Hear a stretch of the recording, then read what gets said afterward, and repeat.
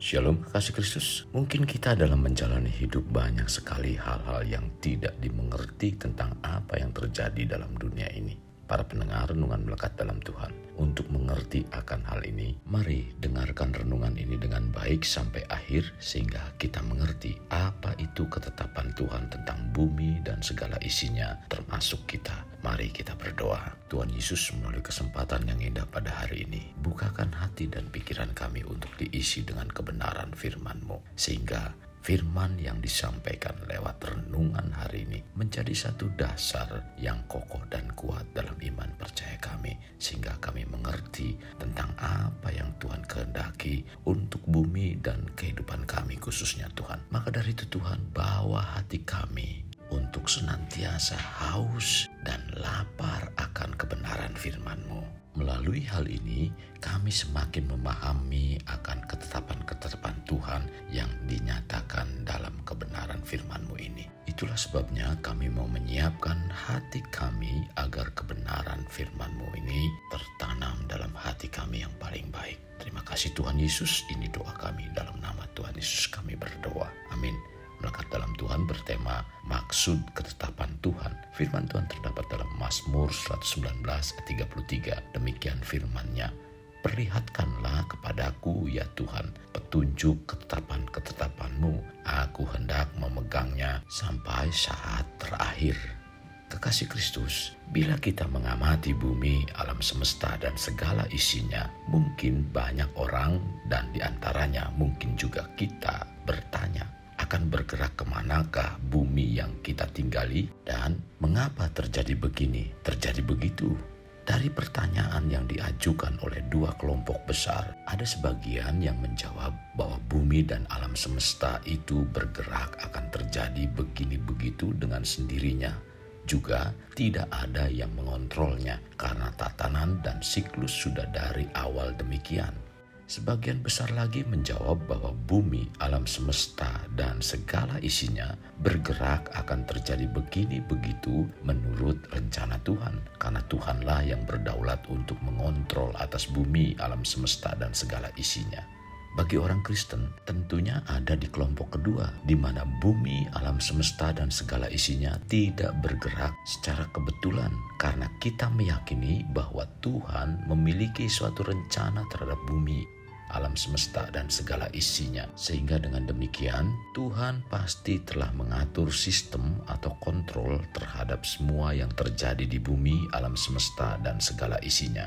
Sebab Tuhan sampai saat ini masih bekerja untuk menyelesaikan rencananya tersebut. Jadi yang dimaksud dengan rencana Tuhan itu dapat disebut juga ketetapan Tuhan. Tuhan mempunyai satu ketetapan utama yang terdiri dari bagian-bagian ketetapan yang mengikut sertakan segala sesuatu yang terjadi.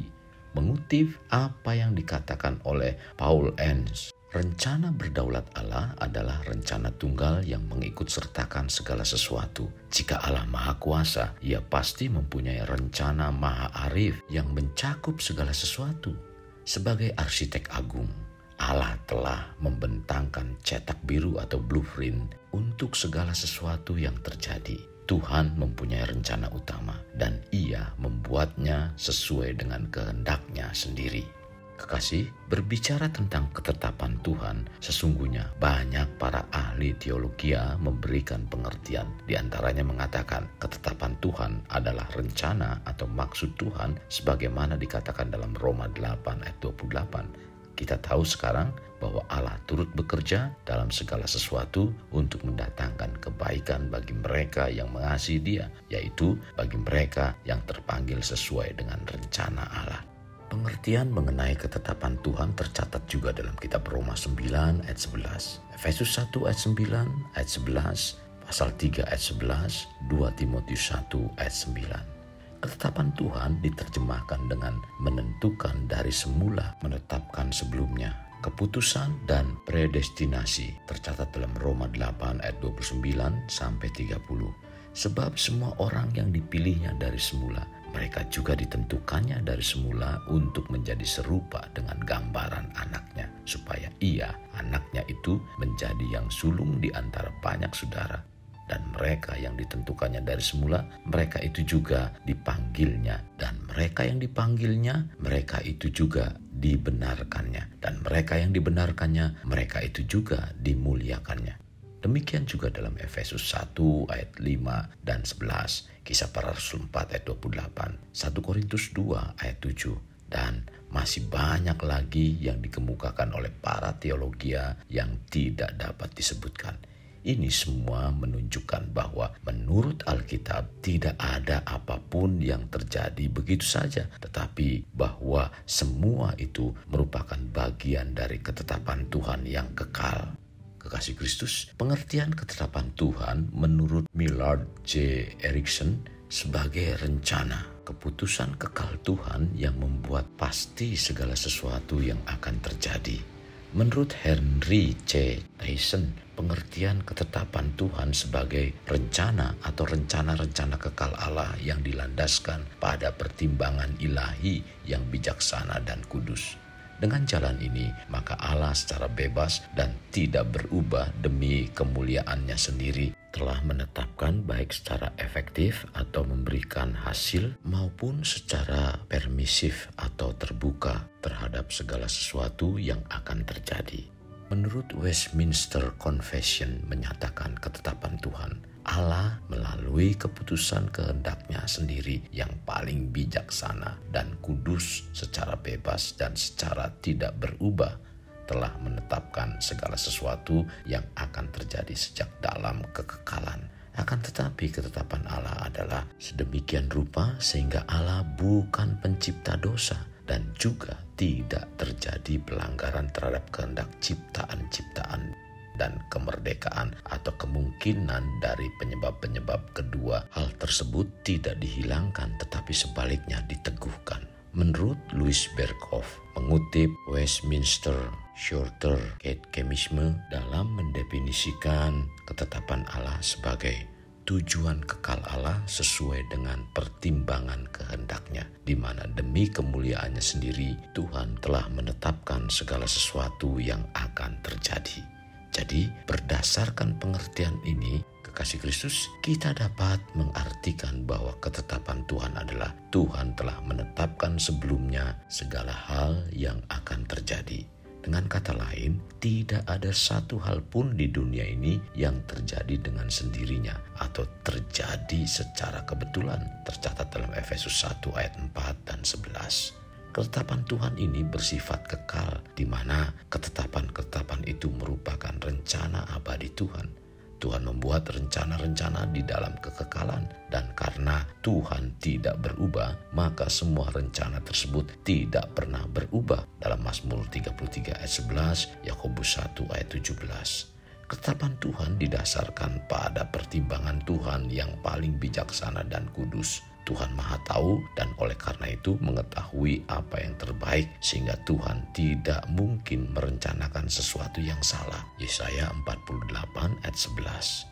Ketetapan Tuhan bersumber pada kebebasan Allah. Mazmur 135 ayat 6, Efesus 1 ayat 11. Allah tidak berkewajiban untuk merencanakan sesuatu. Segala rencananya dibuat tanpa ada unsur paksaan atau kewajiban sama sekali.